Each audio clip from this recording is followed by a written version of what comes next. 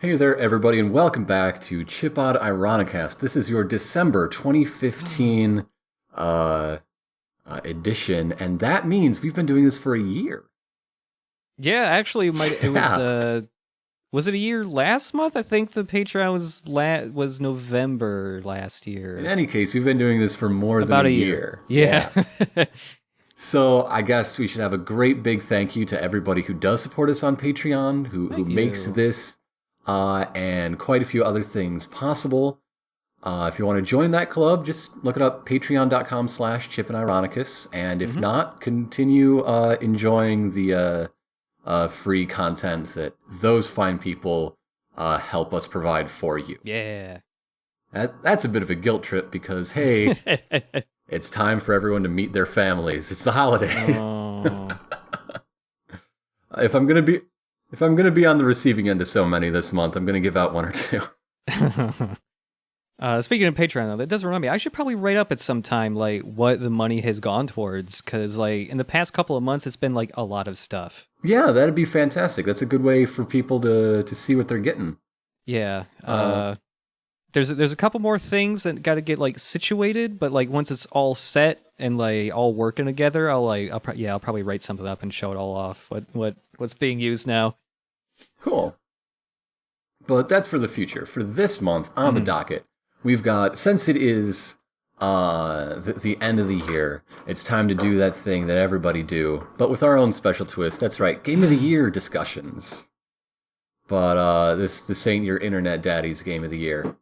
But you'll see what we mean by that when we get to it. We're also going to talk about, well, I just thought back, since we are looking at the whole year. When we started this, one of our first segments was about some of our worst holiday stuff. Yeah. The story of losing power in the frigid cold, and all that. So instead, we're going to talk about our favorite holiday traditions, the things we like to do around this time of year. And we've got another one of you have sent in a fine question that we're going to turn into a fine discussion. So that's the schedule. Yeah. So is there anything you want to mention, say to the people before we dive right into that agenda? Don't buy all of your Christmas presents on one day while simultaneously also getting a lot of things in your car fixed on the same day, because it triggers fraud protection pretty much immediately. I got called at 7 in the morning today because it was like, hey, it looks like you spent about $3,000 yesterday. Are you okay? So, Oh dear. Merry Christmas. I guess my only advice for this weekend is don't do the 12 bars of Christmas bar crawl. Just read the police blotter the day after, and you'll get a whole lot of white male, drunk and disorderly. He's dressed as a Christmas tree, lying in a gutter. That's all you really need is the after-action report. This elf is face first in his own vomit. Somebody help him.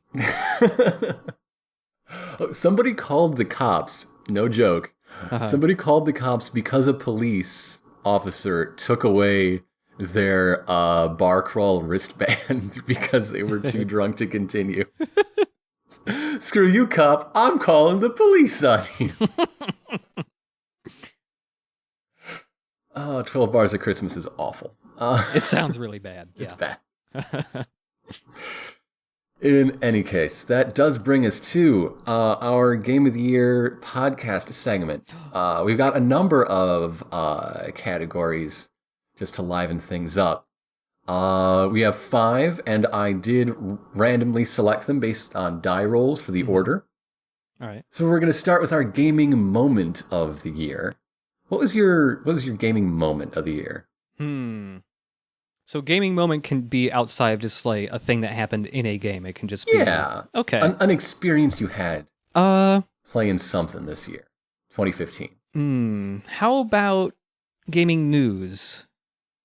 Does that count as gaming moment? Sure. Yeah, because I feel like the biggest moment for me this year was probably all of the dead dream projects suddenly all being announced as being real at the same time.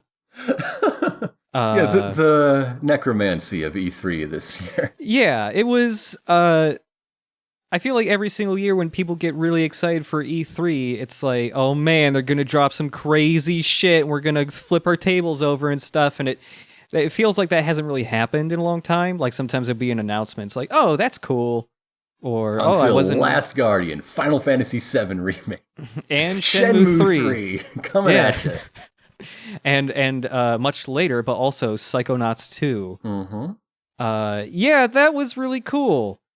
Even if like none of those games actually come out or end up being good, just the excitement of everybody going like, oh shit, with all these like dream projects like being announced one after another all at once, was probably my favorite thing this year out of everything that's happened. That was pretty great, and hearing you freak out was pretty great. Yeah, that reaction to Final Fantasy VII was genuine. I tweeted about this earlier in the week, but my secret shame is I want to LP Final Fantasy VII. But I never really wanted to do it just because it was like, oh, it feels. I don't want to do screenshots, and I don't want to edit out lots of random encounters. Make that a Patreon goal, and we'll plug away at it. Yeah, we'll get blackmailed into doing it by the people.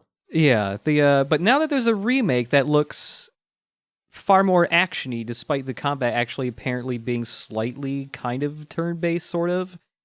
Now I'm far more likely to LP it at some point because it looks pretty fucking cool so far. Mm-hmm. Even though it's going to be multiple games. That just means there's more to love. Oh yeah. Yeah. More to edit.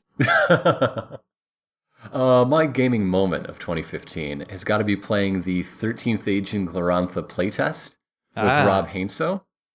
Rob is the designer of not only that game, but also 13th Age Vanilla, I guess. Mm-hmm. And spent years doing D&D. He's got a long and illustrious resume, and he's the first guest we had on 6 Feet Under with a Wikipedia page, so that's great. But the thing that I loved is that as a playtest, not everything was locked down, and we brought in Garbad from our regular crew, who is an unrepentant power gamer, to turn this playtest into a bit of a stress test. And so you've got some young freewheeling kids that we are in the 6 Feet's crew, and Rob Hainso, just old school middle-aged man, been playing since the 70s. It made an interesting clash. So especially the moment where Garbad tricked him into basically setting up this insane combo that destroyed the final encounter in about one round. So there were a lot of little moments. Like I really enjoyed Rob switching out the first D20 with another one because he wasn't rolling high enough numbers. That was a good old school moment. But the moment where he screams, "You scumbag," on recording. And now we have that forever. And so that was a lot of fun.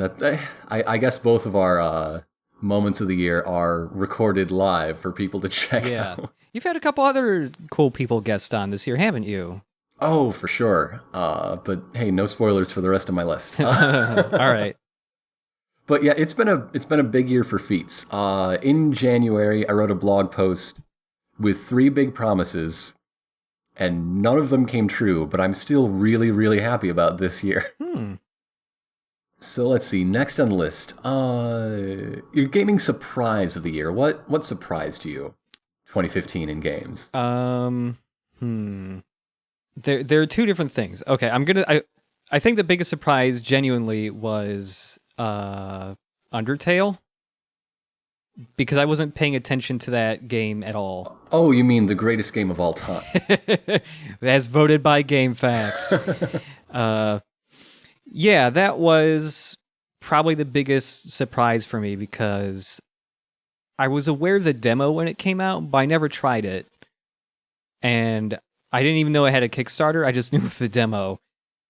and I didn't pay attention to any of the development. And then when it came out, a couple of people said it was cool. It was $10, and then because I had zero expectations, it surprised me way more than it would have if I had kind of knew what I was getting into.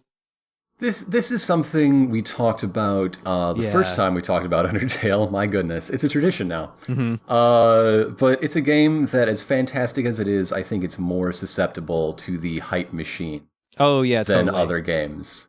I mean, it's indie 2D pixel graphics, so that's 3 strikes against it as far as people getting burned on hype goes. But because it is very, it's. I don't know if intimate is the right word, but it's definitely small and personal. So, like, do you think you would like it so much if you weren't on sort of the first wave? I would still like it a whole lot, but maybe not the same amount I do because I played it when it was like super fresh and I had zero expectations going in. It is a game that can be killed by expectations. Yeah. More than most. Yeah, people going like, oh man, it does all this crazy stuff and you won't believe it and you got to do this. Because like I've even seen some people who don't know too much about it just now start streaming their first playthrough, and all the people in the chat will always be like super obnoxious about like, oh, is that person doing that? Oh no, oh they did that. And then the person playing is like, did I do something wrong? Do I need to restart? And it's like, it's just completely messing with like their actual experience of it. But in any case, it's definitely a surprise. I don't know. I don't think anybody knew. The explosion of underground popularity is definitely a huge surprise. Nobody could have seen that coming.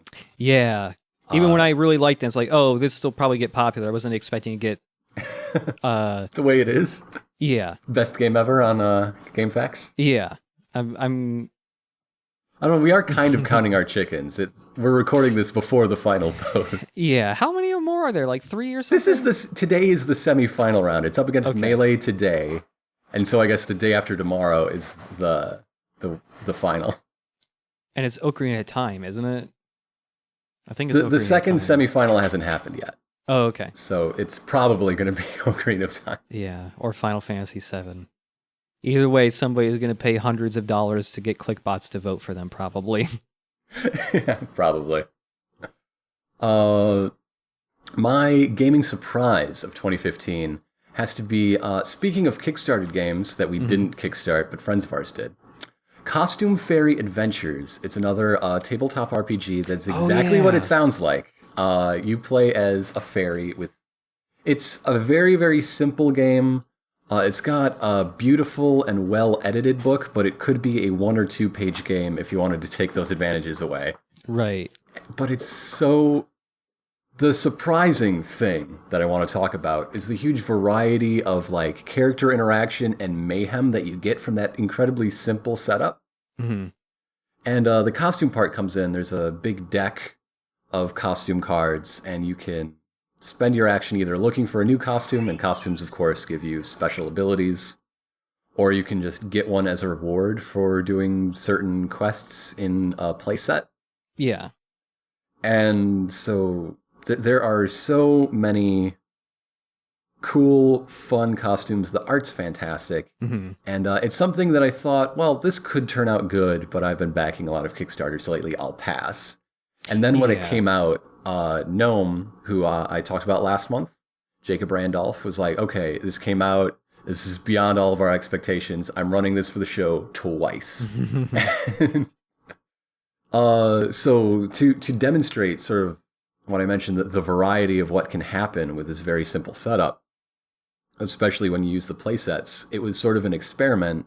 Group 1 and Group 2 played the same prepared adventure and went in completely different directions with it, had completely different experiences. Yeah. Even though it's the same town, mostly the same NPCs. So Costume Fairy Adventures gets a lot out of a little, and I really enjoy it. It is a fun, simple game. And the next prepared playset has dropped, so we might be doing a revisit of it. It's based on the Tomb of Horrors. Oh. But with adorable fairies. Oh. I gotta try that. Yeah, it's fun. It is fun. I gotta try that, especially now that I am in an environment where there are other people who are also actively interested in doing tabletop stuff. Cool. Well, good for you. Hooray. I'm proud of you. So let's see. Next on the dial is gaming trend of the year. What do you think? If you had to give 2015 in gaming a name, it is the year of blank. What do you think? Oh, man. So, there are a couple things I thought about earlier, but I think this year, at least from the stuff I've paid attention to, is the year of the MOBA shooter? Okay, no, let me change that. The year of the MOBA shooter destined to fail. Oh, Yeah. well, we like to keep things a little optimistic here on the show. Well, I don't know if destined to fail, but not. They're all games that are going after certain elements that MOBAs have, like the all the different characters that have unique play styles, and they're all either arena based or they have a lot of other mechanics taken from that but applied to something more actiony that other people might be drawn into. But there's so many of them that all have kind of, for the most part, colorful, cartoony art styles. I mentioned this in like a month or two ago on one of those podcasts as well. Yeah, there's Battleborn, there's Epic's new thing, there's like two others I can't remember the name of that also have Battle or Born in the title. Oh, yeah, Born Battle. Born Battle, yeah. Mm-hmm. It's where you make all of your Treadstone agents duke it out. Yeah, there's a lot of like attempts at competitive multiplayer stuff using a lot of mechanics from MOBA stuff right now, but none of them look like they're catching on at all, even from the announcements. Nobody's like, yeah, cool. It's just like, oh.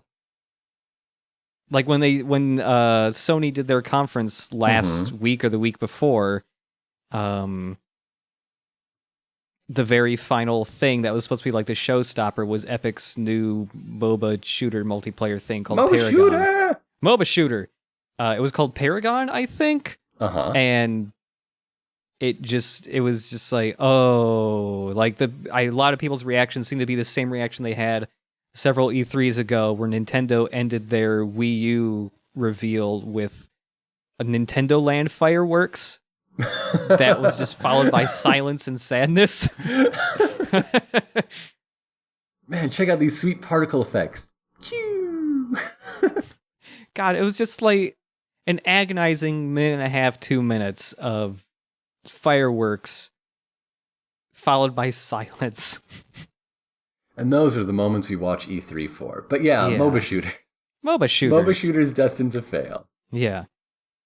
I've got two, and I'm wondering if you can help me figure out which one is more accurate. Okay. As we discuss them. I think this is either have been a year of huge promises being delivered on. Things like the amazing amount of interactivity and tools that you can use in, say, MGS5. Right. Whatever you say about the rest of the game, you have a huge arsenal of moves and gadgets and shit to do. Or Fallout 4 coming out and E3 being like, oh yeah, you can take apart anything and use it to build everything. Yeah. And in the end, that's pretty accurate. You pretty much can. Yeah, pretty much. So I think that's a really exciting and positive outlook on 2015. There are other examples. Or surprise late sequels that nobody asked for being garbage. The Rock Band 4, the Pro Skater 5s of 2015. Yes. God, I forgot about them already because they were so forgettable and just, ugh. Just for one reason or another, digging out the corpse of a franchise and reminding people why it was dead to begin with. There were a couple others this year that were like that too, weren't there? God, what were they? I'm struggling to remember them, but I know they're there. So there's my positive and negative outlooks of 2015 right there for trends. I might go with the positive one. Yeah? Because I can immediately think of more examples of that in like to different degrees or different styles of it, like Just Cause 3. The living world of Witcher 3? Yes, Witcher 3. Yeah. Just Cause 3 with how much destruction you can cause. That different style, but a similar thing. Yeah, there's been a lot of stuff that's given a fair amount of like actual like good feeling variety in it. Compared to, say, the Fable 1 sort of feeling of promising the moon and getting a picture of a moonlander. Oh, yeah. That's a little different, but just because you mentioned Fable, I was immediately thinking of Molyneux and the whole goddess thing. Was Goddess this year? It was, it wasn't was it? this like, year. It got cracked this year. It's kind of sort of like a sequel to a older franchise thing. It's I feel like Goddess is the sequel to itself. Yeah. I don't know. It's the disappointing sequel of it. Oh, Goddess. Without a first game. Yeah.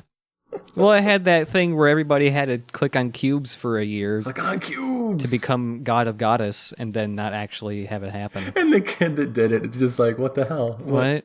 Where is my goddess? Cool. It's been a multifaceted year, I guess you can say that.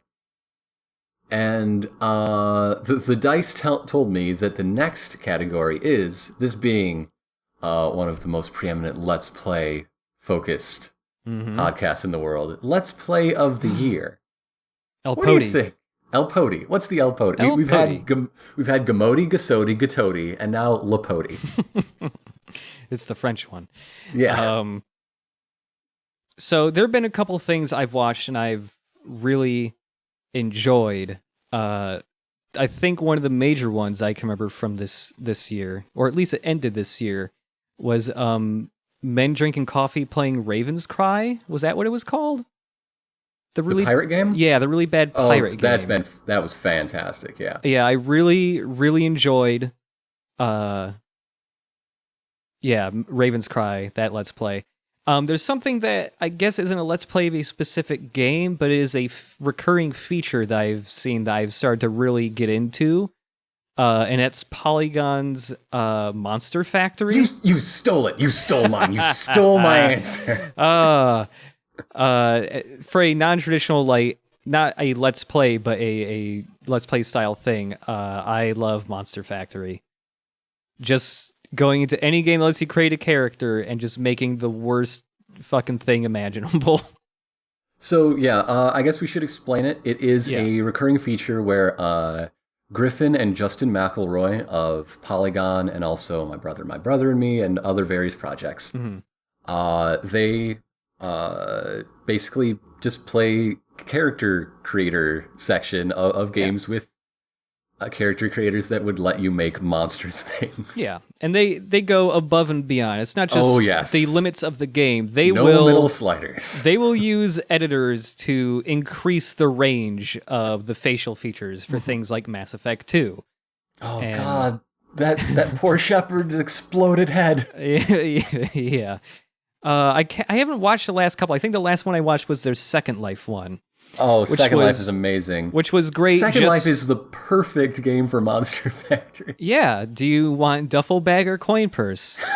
I already knew what I was expecting with that one because I've seen Giant Bomb also do that a year or so ago, but it was great. It's also perfect because it's evolved a bit. Like, as the series has gone on, they do more, I guess, role-playing their hideous beast into the game. So, like, Fallout 4 has been a two-parter where they just are the final Pam using console commands to explode Fallout 4's Boston. But the reason Second Life is so perfect for that is because it's just a bunch of abandoned amusement parks and really bored people looking for someone to do anything with. Yeah, I love seeing Second Life get revisited like once a year because every year, more and more, it becomes more of a ghost town with a couple really dedicated but kind of sad-seeming people. Or maybe not even sad, maybe just kind of bored, but like they can't move on. They can't get away from Second Life. Yeah. Monster Factory is definitely my LP-adjacent video series of the year, for sure.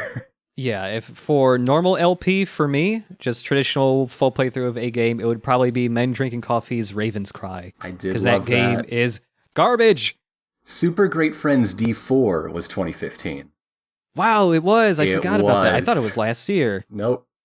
Man. And so that is above and beyond the Call of Duty, as always. Super great friend, doing everything that can be done in D4 Oh, yeah. Totally. with his just perfect deadpan. He's less of a person and more of a mirror, more of a sounding board for these bizarre games to bounce off of, and I love it so much. When I was thinking about LP of the year stuff, I almost picked something that I rewatched this year that was older. Mm-hmm. And that was Hopkins FBI by David's Package. FBI is so good. Yeah, if you haven't seen David's Package, let's play Hopkins FBI. Please do. His video inserts. At the beginning? They're so. I don't know what they are. They're indescribable, but I love them. I really do. Yeah, I love those things. Let's see. For mine, Raven's Cry was also on my short list. Love those boys. Even if they're stepping on my toes with men quaffing elixirs. Wagging my finger. Oh my god. In a friendly manner. It's a friendly wag.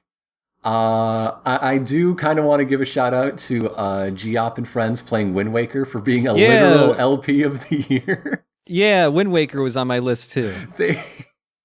They just, not everything has been uploaded, but they finished recording just a few days ago on the 1-year anniversary of their first recording session. Holy moly. So, that's an LP of 2015 in a literal sense, but I think for my straight pick, it's got to be Super Great Friends D4. Another honorable mention would be Dan and Panzer's Extra Life stream this year. Always good. Along with Oatmeal and Glenda. Yes, it was Oatmeal and Glenda, that's right. It was a 4-person team this year. Yeah. You know, it's rough to... The first 12 hours are great, but once you start getting into sleep deprivation, it's rough to watch. Mm-hmm. I can't imagine how rough it is to be playing.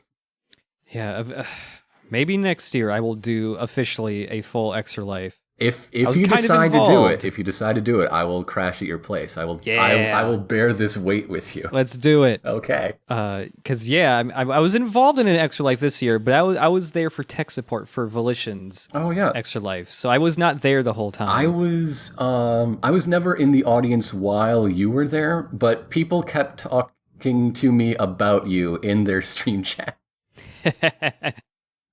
Did anybody ever ask you about Doritos Castle?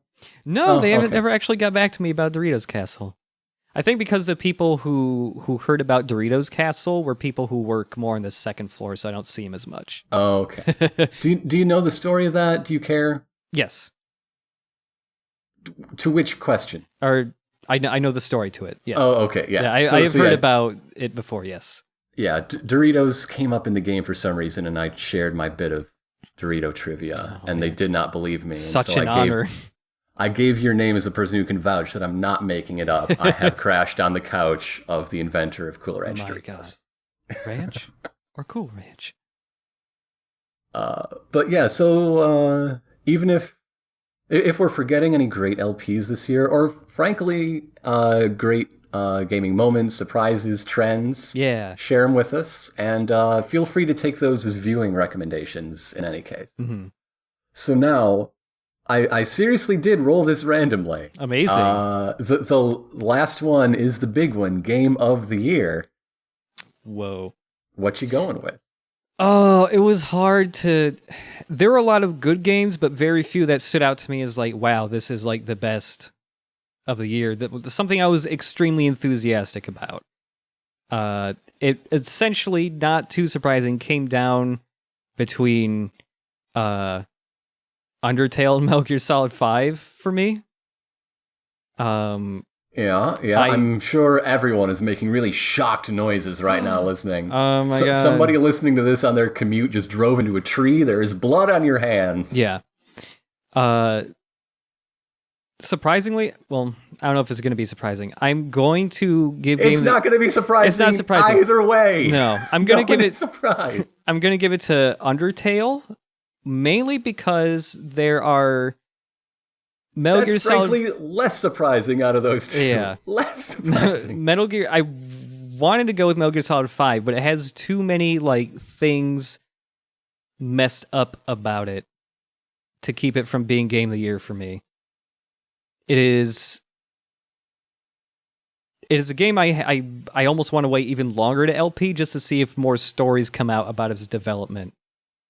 Because it feels like Metal Gear Solid 2 in a lot of ways for me regarding like going to parts of the game and going like, oh yeah, they totally probably cut something there. Yeah. It's still very good, but That sigh wasn't about MGS5. That sigh was about cutting more scenes where Otacon gets to have a positive impact and be a hero. yeah, I would always be up for more of that. My little buddy just can't catch a break even backstage. No. Even in development. Sorry, little buddy. Oh. So you heard it here first. The easiest odds in Vegas, Chip Cheesum's Game of the Year 2015 is Undertale. Yeah. Mine.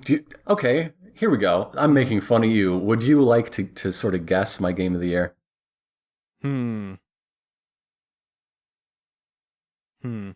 Well, the thing is, okay, I can't flip video game or tabletop game. How about that? I'm gonna say tabletop. You're right. Worldwide Wrestling RPG by Nathan Paletta is the best game of 2015. All right. I love it so much. It is, as you might guess from the name, a professional wrestling themed role-playing game. Mm-hmm. And it is fantastic. It uses the Apocalypse engine. So if you've heard of any Apocalypse engine game, it's probably been Dungeon World or else Apocalypse World. Yep. But it uses it to such an incredible. It really brings out the potential of that, and part of the reason it's great is because it really understands what makes professional wrestling interesting. Yeah. Like when you're in a fight, there's just one move to just do the wrestling move. And it's not about to compare it to, say, wrestling video games of the N64 classics to today. It's not about setting up combos or weakening someone's arm. It's about telling a story. It's recognizing that the booking is fixed and that these are people playing larger than life characters to make a broad physical theater, essentially.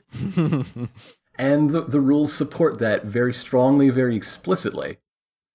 So when you're in a ring, it's all about who is having spotlight, who's controlling the momentum of the match. And after a few go-throughs, creative, so the actual GM of the game tells you and reveals who has been booked to win. So you have to figure out how to get from this back and forth to somebody nailing their finishing move. That's really cool. It's so good. But of course, the meat of the game is, well, I guess it's where you want to find it, but it's mostly in developing your characters' gimmicks and their rivalries in order to gain audience. Yeah. You're just trying to get, you're basically trying to sell your merch. Right. In the end. Audience is how you level up, actually. It's experience points. And if your audience goes too low, you can't die in this game. You just get fired. And you lose your character that way. Aww. They get fired from the show. Aww. Every aspect about it, it's got probably the best narrative mechanical intertwining of a game. Like, I mean, again, we talked about this a lot in Undertale. Mm-hmm. It does it fantastically for video games. I think Worldwide Wrestling does it even better in a different but adjacent field of game design. Right. It's so good. It's so good. It's rare on Feats that we do sequels. We are doing a trilogy of Worldwide Wrestling RPG. It might just be its own campaign. The audience loves it. We love playing it. It got a number of our players to actually start watching professional wrestling. Yeah, that's right. I've always wanted to get into it, but there's so much of it. I'm like, I don't know what to do, so I'd probably just play that game instead. So good. And it's really built for every audience that could approach it. It's built for wrestling fans, who don't play games to be like, okay, you know how this, and this works? Well, those are these moves. You can always cut a promo. Everyone always has a mic handy. You can break kayfabe. And for people who are like, yeah, I roll d20s every day. Like, okay, here's just a short glossary of the most necessary jargon. Cut out all jargon but like face heel and kayfabe, basically. Don't get intimidated by the backlog of story, because none of it matters. This is your story. Just be big and bold, and every conflict is something that can be solved through violence, which, if you're a D&D player, you're probably pretty used to. So, yeah. Worldwide Wrestling is fantastic. Check it out. Check out our Feats episodes, or just buy the thing. NPD Design. That stands for Nathan D. Paletta Design. Nathan's also a fantastic guy. If you're involved in the Chicago game design scene, you've probably seen him around. He's a cool guy. Check it out. Or, of course, Feats, 6 Feet Under, feats.podbean.com. Look for the Worldwide Wrestling tag. Cool. Yeah. So that's our Chip and Ironicus, GOTY, Gamoti, Gasodi, Gatoti, and Lapoti. Lapoti! I love Truman Lapoti. And speaking of all that stuff, I'll probably still be writing the thing I've done for the past 2 years of like, oh, here's like the top 10, but now I'm starting to include more other things aside from just top 10. Because I have words to say about other video games that I don't think are great. Or I think are weird, so there you go. Yeah. Look forward to that. I think it's always interesting when other places do their Game of the Year coverage. The sidebars are always more interesting to me, Yeah, I've actually the games had more that are quirky or weird but aren't particularly great, all told as the sum of their parts. Those are the interesting thing. Yeah, I've had the most fun writing like all that sidebar stuff, really. Yeah. So yeah, I'll probably be adding in more of that. Mm-hmm. So I guess it's time for the middle segment. Yeah, sleigh bells ring. Are you listening? What are you doing this time of year for all of your holiday stuff? What do you like to do? What's the fun bit of midwinter for you? I mean, I've always in general looked forward to the whole Christmas season. I've always generally had positive stuff happening there, so it's not like, oh, like gotta meet shitty family members I don't want to talk to or something. It's generally been always nice. Right now, the thing I've been doing for the past couple of years is watching a lot of questionable Christmas movies. Questionable, mainly, like someone was murdered on set? What do you mean questionable? Not high quality, possibly, what's the word I'm looking for here? The Michael Keaton, Jack Frosts of the world? What are we talking about? Give me some examples. So both. Okay, so here's the main two things. Either Christmas-themed horror movies, or... The Krampus. Or War Against Christmas movies. Yes. Yes. Christmas with a capital C.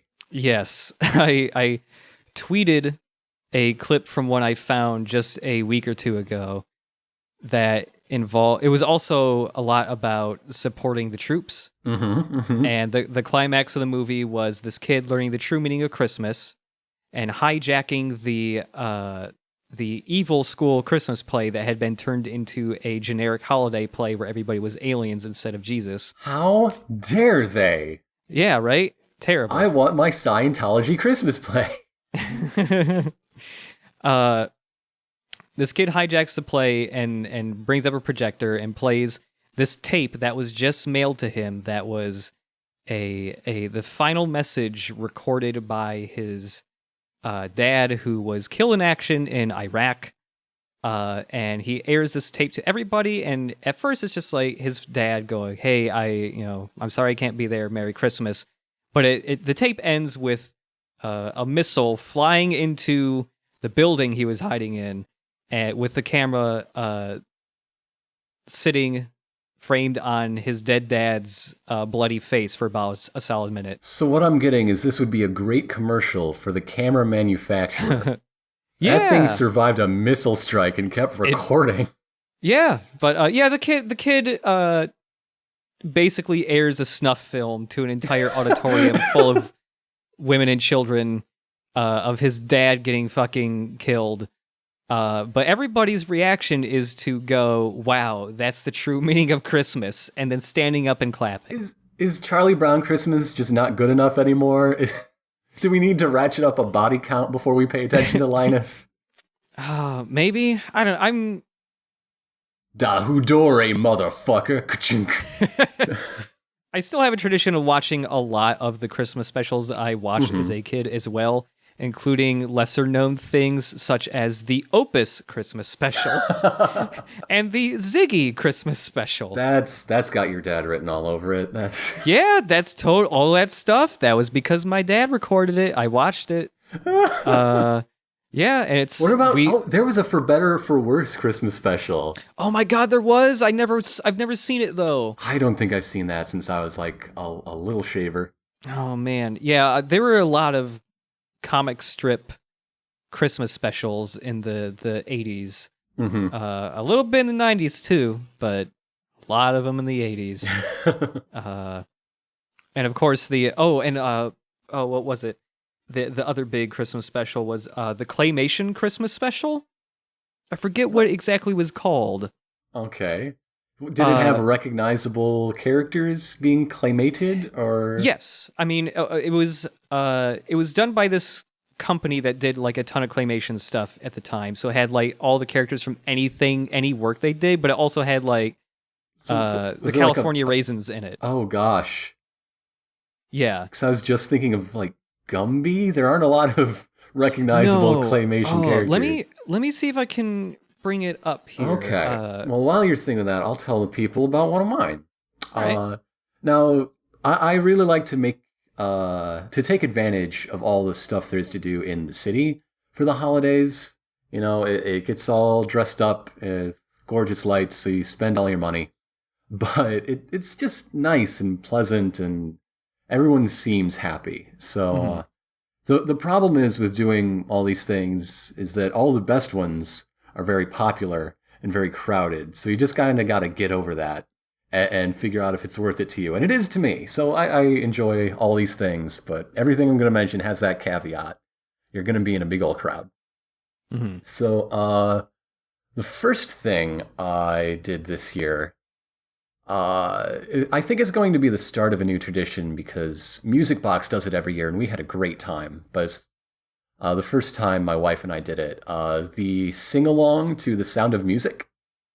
Oh, okay. It's a lot of fun. Music Box, if you're not familiar, is a historical restored theater with their own huge like organ, like movie palaces used to have, and they do all these independent series and everything, and so they do a Sound of Music sing-along with like 8 to 10 showings every November and December. And they sort of, you get like a little goodie bag for audience interaction. They try to almost Rocky Horror it, except without people actually acting in front of the stage. And there's a costume contest.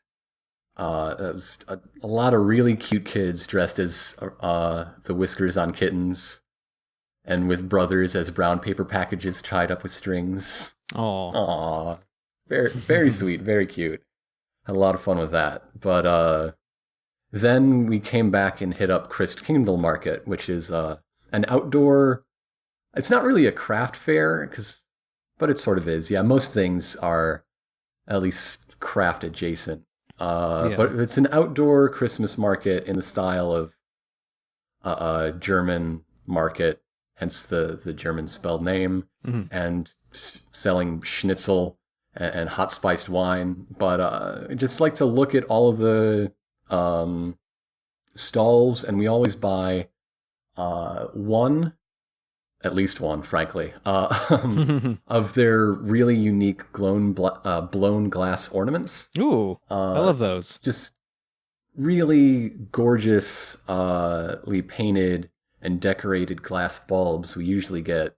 But sometimes we get some of the weird stuff, so that's why there's a 4-inch glass T-Rex on my tree, and like a Mexican sugar skull. Yeah. It's made of glass. Oh man. Yes. Real cool stuff. But that's also where the city's Christmas tree used to be until they moved it to the park just this year. Okay. Which is nice. It helps alleviate the congestion in the crowd, opens up the layout a bit. However, the Atheist A is still there in Daily Plaza without the Christmas tree next to it, so it makes even less sense. Great. And I don't know where the menorah is. I didn't find it this year, and Hanukkah's already over while we're recording this. Maybe they didn't do one. I don't know. Let's see. Oh, Daily Plaza also has a... this isn't related to anything. I just want to tell the story. Mm-hmm. It has a veterans memorial that's like an eternally burning flame, because those are popular for veterans memorials. All right. And in the winter, pigeons like to just crowd around it for warmth. People can't because there's this fence. But pigeons get right up next to it. So right up next to it, they occasionally set themselves on fire. Oh no! There are pictures of pigeons that are, aflame, and it's awful. Just a little awful. Or a lot? Like, I think any amount of flame coming off the back of a pigeon is too much, I'm just imagining like a pigeon that just has like a little ember just on the top of his head. No, there were flames like rising from the back of the pigeon, like 4 or 5-inch flames coming off this pigeon's tail. That fucking pigeon. Oh, it's bad. It's bad. Oh, rip in peace, pigeon. So that was my Black Friday this year. Oh, except for Fridays, starting in Black Friday, running all through every Friday in December. They do caroling at Cloud Gate, the Bean, as it's more popularly known. And so the Old Town School of Folk Music used to be there every year, and we'd always go for that, but then they stopped coming, and now we just like eeny, meeny, miny, mo, or whichever Friday we feel up to it, but we always go every year. And so this year we went on Black Friday when there was a children's gospel choir doing it, and that was a lot of fun. They got the whole crowd doing the lean. Apparently gospel choirs can't stay upright for too long. You gotta lean and hold it, and then go the other way. And I think gospel choir directors have like a real power complex. Like, this song will go on for another 10 minutes because I say so. But it's great. It was really enjoyable. Have you found the Claymation Christmas special? It was a Claymation Christmas celebration, directed and produced by Will Vinton, who has... That's a hell of a title. Yeah. He's directed some recognizable stuff. He did the TV show The Adventures of Mark Twain. Okay. He did... Now, was that a spin-off of Star Trek The Next Generation, or did it just feel like it? I think it just felt like it. It was around the same time, though. It was 85. He was... Oh, so Star Trek is a spin-off of The Adventures of Mark Twain. Yeah. I gotcha, yeah. He was the director and producer for all the stop-motion stuff in the movie Return to Oz, which had some really cool stop-motion stuff in it. He did all the claymation for the PJs? Do you remember the PJs? I remember the PJs. He's like the self-styled heir to Ray Harryhausen. Yeah. He's done a lot of stuff. Pretty much all claymation stop-motion stuff. In the 80s and 90s. He was the one guy in town. Yeah. But yeah, there was a lot of like California Raisins stop motion stuff, and he did all of that in the 80s, and so they were in the Christmas special too. It was just like this variety show of stop motion stuff that was, most of it was like kind of comedic, but some of it was just like, look at this crazy stop motion stuff we can do, while like a choir does like a Christmas song. I have a lot of memories watching that thing. Variety shows are pretty... I think they're underserved. You know, the closest thing we have to variety shows are the late night talk shows that do lots of bits. Yeah. You know? Yeah. The less interview focused one. The Christmas special was hosted by a T-Rex in a blue suit, kind of like a sky blue suit, maybe. You got to look at your best. Yeah. There were lots of jokes about waffles and falafels for some reason. Sure. And sure. also like the action waffling. Oh yeah, I know falafeling. Yeah, falafeling. Uh-huh. But yeah, that's that's something I see pretty much every single year still. Because again, the thing I watch too isn't like, oh, I'm just going to pull it up on YouTube. It's like, oh, I got a DVD of it that is a transfer of the VHS recording my dad made when it first aired in 1987, along with the Garfield Christmas special. Nice. Yeah. Do you have anything else you want to share before my next Chicago Christmas bit? So I would say the other big thing I generally do every Christmas, thankfully I'm going to be able to do it this year too because I'm going back to Michigan, is going to Frankenmuth. One, for food. Two, to look at all the gaudy shit at Bronner's. It is something. Yeah. I don't know. When do they do the Snowfest? Isn't that always like January, February? Yeah, that sucks. That's like a much better time to visit Frankenmuth. Yeah, I was really hoping I was thinking Snowfest was in December because it would make sense. But no, Snowfest is in like mid or late January every year, and it sucks. Mm-hmm. Although if it did Snowfest right now, all the ice sculptures would probably melt because it's pretty warm. Yeah. It's like 50 still, so that's climate change ruining the Frankenmuth Snowfest right there. Damn it. They don't even do ice sculptures. It's just giant, like 25-foot snow sculptures. Yeah. They're dedicated to theme. We're losing Glacier National Park and Frankenmuth. No. It's still worth going for the food, though. Oh, yeah. The food's great. I love Frankenmuth, man. Mm-hmm. But another thing that I try to do every year is hit up the Museum of Science and Industry. Oh. It is Chicago's most eclectic and weird museum, but they also do a really extensive holiday display. They put up 50 plus trees, all decorated by cultural groups for 50 plus like nationalities from this our rainbow city. The tree for Belgium is covered in waffles. That's always a hit. But this year's France tree had a bunch of like pencil sketches that you could imagine being done at some like Parisian cafe. They aren't all weirdly like ethnic stereotypes. But then again, even the ones that are made by people of their ethnicity. Okay. That's their fault. That's on them. All right. Those are actual French people doing that. And they didn't just like cover it in baguettes or whatever, but the Canada tree is all like hockey pucks. So what are you going to do? But it's mostly Europe, a smattering of Asia, and a lot of Latin America. There are like four for the US alone, though. There's the huge tree in the center that isn't labeled anything, but hey, it's like by default a US tree. There's the actual US tree with a huge carved wooden eagle as the topper. Huh. Like that's got to have like a second tree just to hold that up behind the first tree. I don't know how that works without tumbling down. There's the Native American tree. And then there's, again, the Canadian tree, which is America's hat.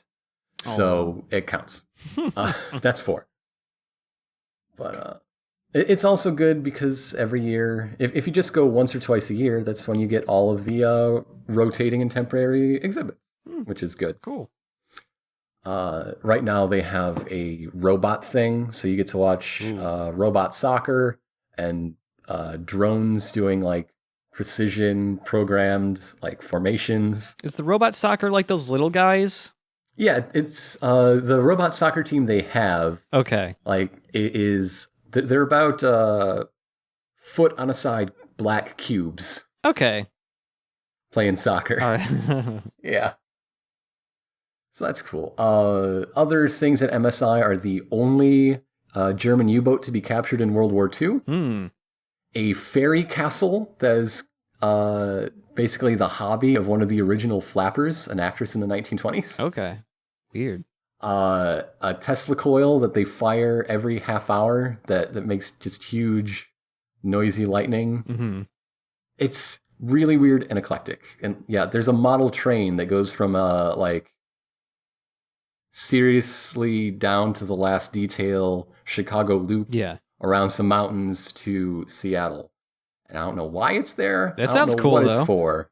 But everything there is cool and weird. I like tiny And trains. okay, how about a hallway that's just decorated store windows, sort of like, Macy's does? Yeah.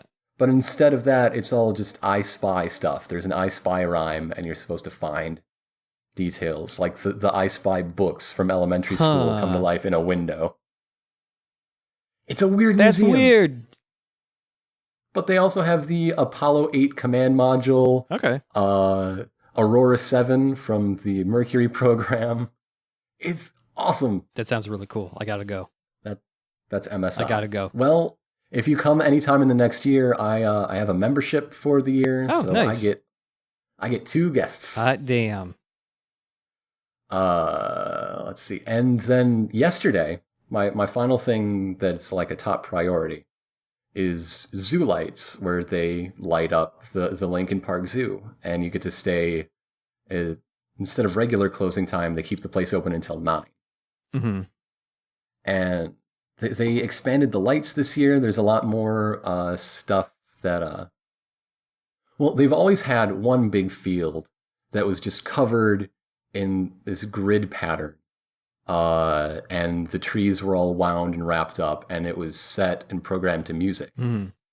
And now they've expanded that idea to other areas of the zoo. So there's a hallway of trees that like bounce along with whatever songs they're hearing, like meters on a sound mixer board. So that's cool. And some hallways you walk through that do the same sort of thing.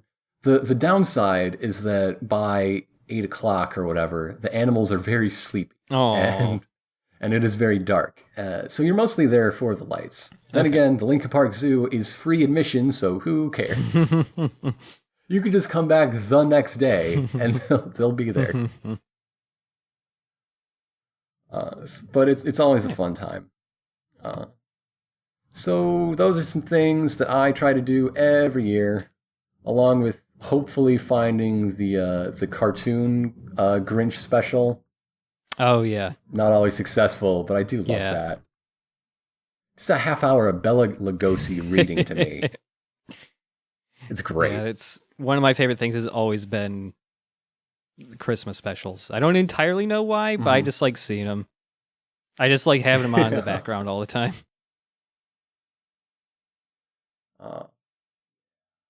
That reminds me, there used to be a website. It's still around, but like not kept up anymore. That was called Beta Maximus, and it was just this website that had like a little overlay of like a shitty little TV and like a basement with wood paneling, and it would just play all the Christmas specials it could find on YouTube. It's still up, but a lot of the videos it grabs are no longer there anymore. So, well. Aww. Well, did you know that even after Disney restarted the Star Wars canon, elements of the Christmas special have gotten back in? Yes! Yeah, that's another thing I watch.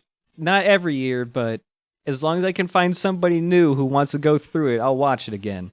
The names of Chewbacca's family have been confirmed to still be in the new rebooted canon. Yes. I'm so glad. Is his dad or grandpa still like really weird and like wearing Oculus Rifts full of sexy ladies singing at him?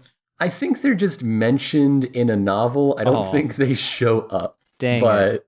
But yeah, Itchy is real. Itchy. Lumpy is real. Mara, I think that was the name of Mrs. Chewbacca. Mm-hmm. Something with an M. But yeah, they're all in there. Oh, I love Lumpy and Itchy. Mm-hmm. Great names. So that's those are the highlights of my Christmas, my holiday season that I try to hit. There's other little things.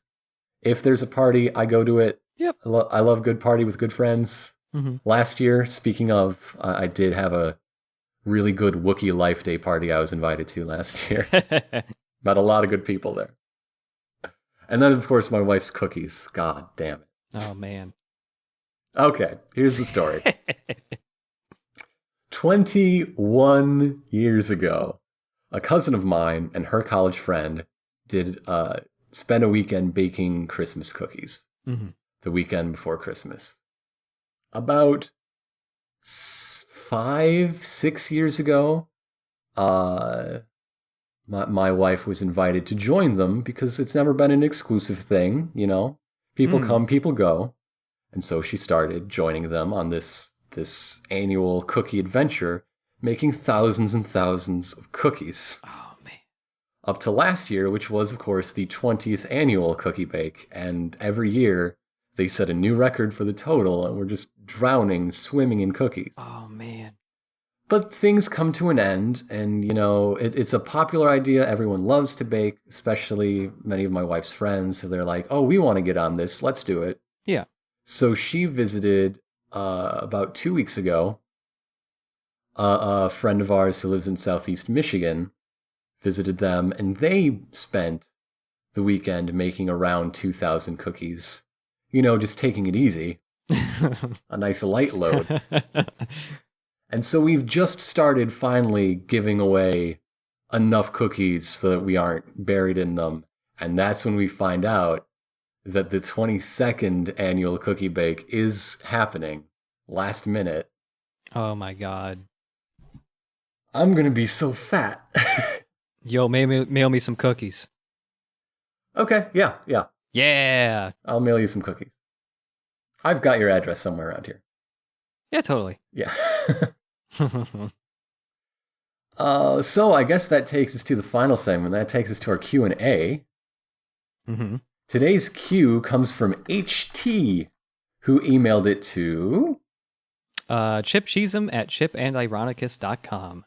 And HT talks about one of the most important things about games, in their opinion, is attachment towards characters and worlds while you play. While other mediums can foster this sort of attachment, HT believes that the illusion of being in the world and actually interacting with these people and the story can impact in a deep and personal way. That said, HT is starting to get disillusioned. I really don't know too many games today that give me that sort of attachment. With the push of open world genre, stories that are told, even if they're good, are separated from the gameplay, that pesky ludonarrative distance. Damn it. Making the experience way less immersive. Not only that, but there's a major push to make games less intimate between the player and game by forcing multiplayer components in, or worse, ignoring single player altogether for competitive online experiences. Team Fortress 2 is killing games. That's a joke. I'm not putting those words in your mouth, HT. Please forgive me. Yeah. There's a lot of like story stuff it's just not in the game. None of it's in the game. It's comics and stuff. While I do think there are good stories being told in games, it feels like it's mostly just the RPG, adventure, or visual novel genres. Some of my favorite games are in those genres, naturally. But I would love other genres to push for this. Is it me not looking in the right places, or am I a dying breed of game lover? Do you ever see a push for these types of solid single-player story character action games? Examples for me include Psychonauts, the Portal games, Half-Life 2, God of War, the first one at least, and Shadow of the Colossus. Mm-hmm. We'll get to the bonus question later. Yep. Let's tackle the main course before we get dessert, I guess. Yeah, I picked this one because it factored into Metal Gear Solid 5 and Undertale for Game of the Year for me. Yeah. What is HT's concern here part of what made you decide between them? Is that what you're saying? Yeah. Yeah. It's Metal Gear Solid 5 has really cool stuff regarding its open world structure. But because of that, it also kind of makes the story suffer a little because it messes with the pacing, and also there's just big swaths where the story can't happen because it's giving you so much freedom, essentially. It's like, oh, if you want to continue to keep that freedom, well, a lot of the story is going to be on cassette tapes. Mm-hmm. And you listen to those while you ride on a horse. Whereas Undertale's story was a lot more tied into everything you were doing at all times, even the combat and stuff. Mm-hmm.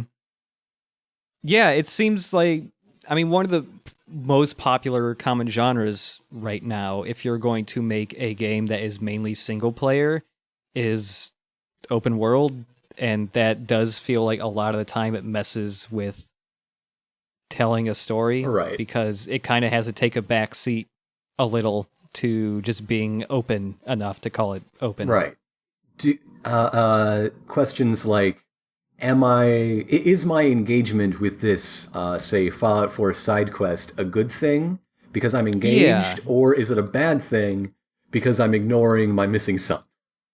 Yeah, well, I've played a little bit of Fallout 4, not too much, but like I've immediately decided, because the game kind of thrusts a specific role on me in I care about my son. Where is my son? Now it's like, yeah, I ignore most side quests if it doesn't have like some kind of logical reason behind like why it might be attached to finding a baby.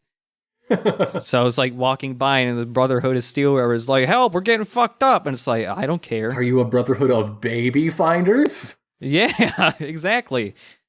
Are you hiding babies in those giant suits of power armor? If so, I might need that power armor. Yeah. I might help you out. Yeah.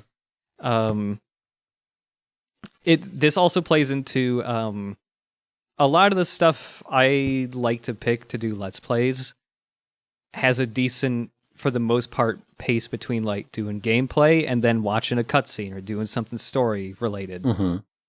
Because I feel like that kind of pacing keeps stuff interesting the whole time. And like, even though I really, really like Revengeance and I like Wonderful 101 a lot, I would be way less enthusiastic about them if I didn't also enjoy like the story or the setting about them. Mm-hmm. Like, how exciting would Armstrong's boss fight be if it wasn't Armstrong, you know? If it wasn't Senator Armstrong. Yeah, if it wasn't Senator Armstrong and like the mechanics were the same, but it didn't have that presentation, it's like, well, it was fun, but I wasn't hyped up to murder Dick Cheney. I'm on a watch list. Yeah, I hope there's still more of that. I mean, games still have a story on them because it can still be like a selling point. Mm-hmm. But it increasingly feels more that it's like, oh, it's like Destiny's story where, well, it's there, I guess, but nobody's there for that, and I feel like that stuff doesn't really enhance that game at all. I guess to get to the actual question, am I normal? HT, I think you're going to be all right. You're going to be got fine. a good head on your shoulders. You just got to find the games that are being made for you. To not answer the question, something I thought of is that while people hold up indie games or smaller team games as being better for these aspects, for having a more coherent story, having a more investment, I don't think that's so much I don't know, product of the scene they're in or the pseudo genre, I guess you could call it, but more just the realities of production. I mean, I think everybody who makes a game wants to do that, no matter what company they're working for, what style of game they're going toward. Mm-hmm. But it's more possible when your team is a group of people that can be in a room together than, say, Watch Dogs. Yeah, totally. Watch Dogs, like, you can tell I had a ton of revisions. Yeah, it's several drafts that somebody shuffled like a deck of cards, and a game fell out. Yeah, and everybody who wrote one of those drafts had a good idea and had a plan for who Aiden Pierce is and what this world means. Yeah, and it just kind of got all muddled together into something that wasn't enough of any of them. And like, I think the game where Bedbug fucking dies is a much better game than the one we have. Yeah, totally. And a game where Aiden doesn't send Bedbug to fucking die is a better game than the one we have. Yeah. But the one where they're just smushed together is unfortunately the one we have. Yeah.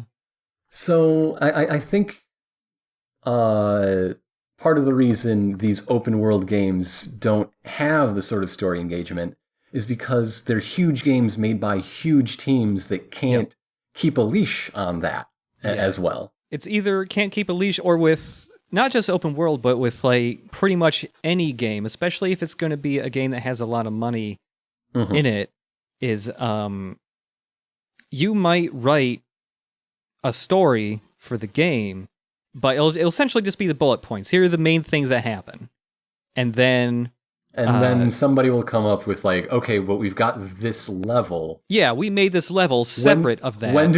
How does he go to the sewer? We need to put him in the sewer, right? Yeah, here. exactly. Like a lot of games will have to shoehorn or write more plot to justify the content that was created separately from the plot. That happened with Uncharted 3 even. We just finished making this great mechanic. It's going to make the game a lot more fun. Oh shit, we need to put it in the story. We need people to talk about this mechanic. Yeah, it's like, it's an ever-present thing. It's going to be like what people remember our gameplay for. Like, they're going to remember the chainsaw gun from Gears of War.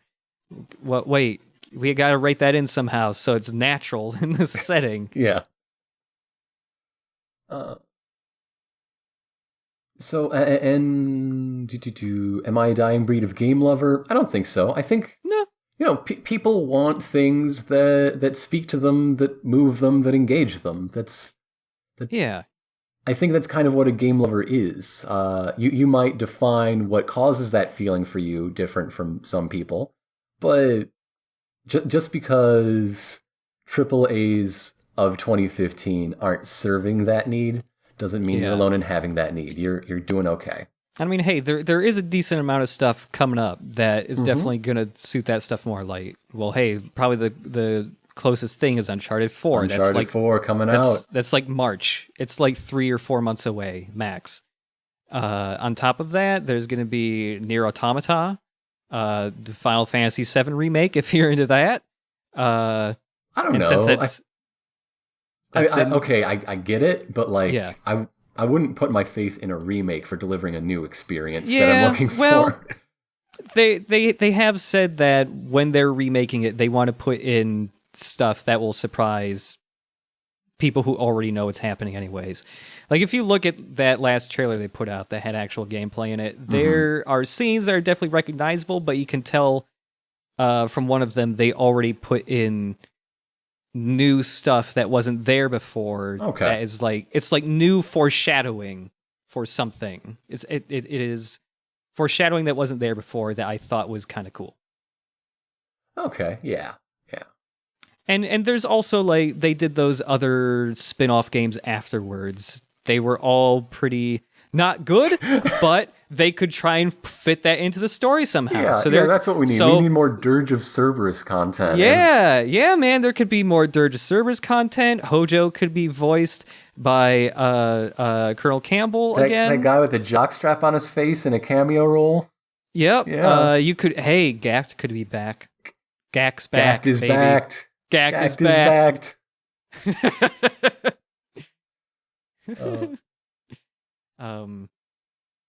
Yeah, there's still stuff coming out for that. So, the second question, do you see a push for these types of single-player story, character action games? So, you see some coming over the horizon then?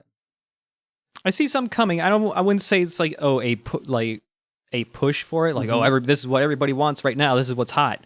But I don't think it's going away. Do you think the success of From Software, the Souls, the Bloodborns, and their unique approach to deep and not handheld world building, do you think that might push the pendulum back in that direction? Maybe a little bit. It's certainly an immersive and fully developed world. Like that's what people always say. Yeah. Anyhow. Yeah, I like the way they do that. It wouldn't be suited for every type of game, but I could see a couple things picking up, or at least taking some inspiration from that. I couldn't see too many big games being the same level those games are, but maybe going, maybe some stuff people got to dig for it. It's just there. Or just the notion that if it exists, it needs to be grounded, and we need to make that a priority instead of like, call up the writer, it's 2 a.m. and we go gold tomorrow. Yeah. We got the guy for Aiden Pierce here right now. He can record one sentence without charging extra. Go! Don't tell the Screen Actors Guild we're doing this. They'll get mad. SAG Award nominations came out. That didn't make the cut for our middle segment. Oh man, why didn't the guy that? Never mind. That's my own personal. Aww. I just love everyone in Fargo so much, especially Mike Milligan. He's the best character in Fargo season 2. I love every moment of him on the screen. Finale's tomorrow. So excited. Oh man. Anyhow, do you want to hit the bonus question? Yeah. Has a game ever made you cry? If so, which ones? Let's see. If not, do you think it's possible for you? I don't know if about straight up crying. There have been a couple games that have actually managed to be like, oh, it actually hit me a little bit. I think one people bring up a lot is a fairly recent example is like the opening to The Last of Us. Mm-hmm. It's just acted well enough that it's like, yeah, that actually does hit you enough. Like they establish characters quickly enough to make and endear you to them. It's like, oh, when one of them dies, it's sad. And the performance makes it pretty sad. Can I just going back to the first segment real quick? Best LP newcomer. I talked about him last month. It's still Overshare.tv. Oh yeah. Love those guys. Check that stuff out. Speaking of Last of Us, reminded me. Oh, that's right. I now cannot take that game seriously because they're very funny people.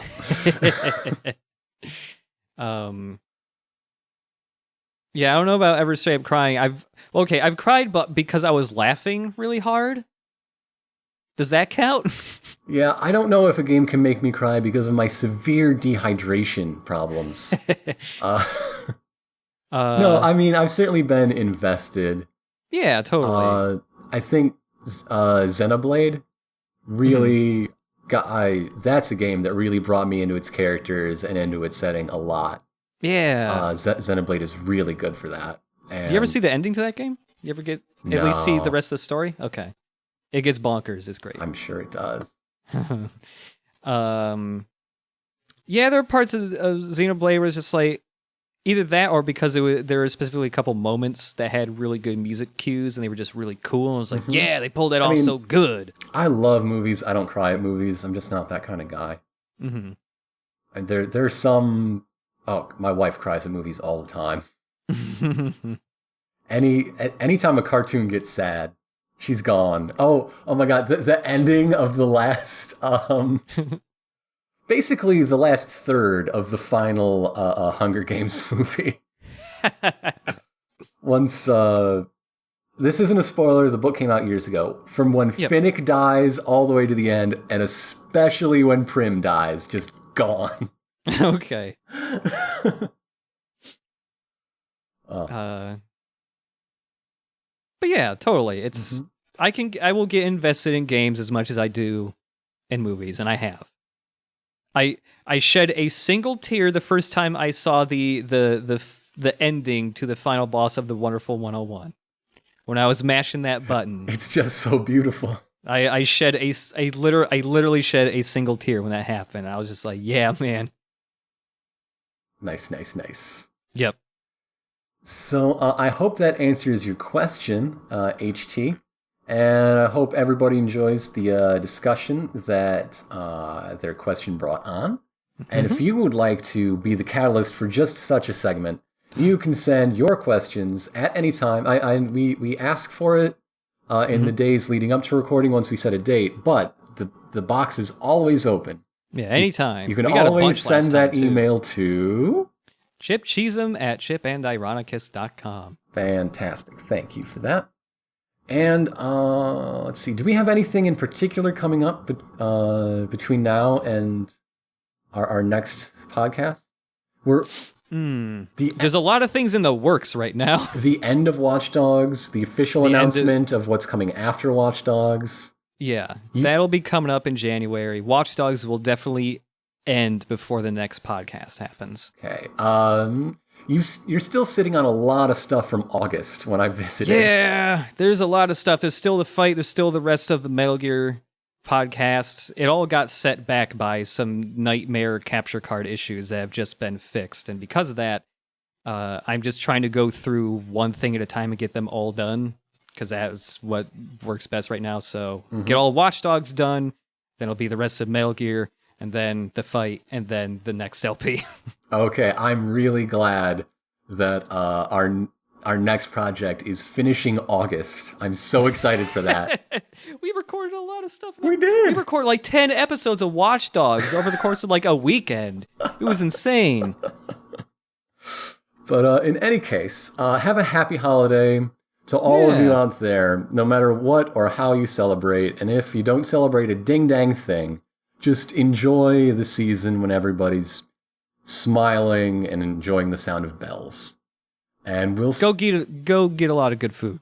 That's why I associate with Christmas. Absolutely. We will see you next year. Goodbye. Good night, folks.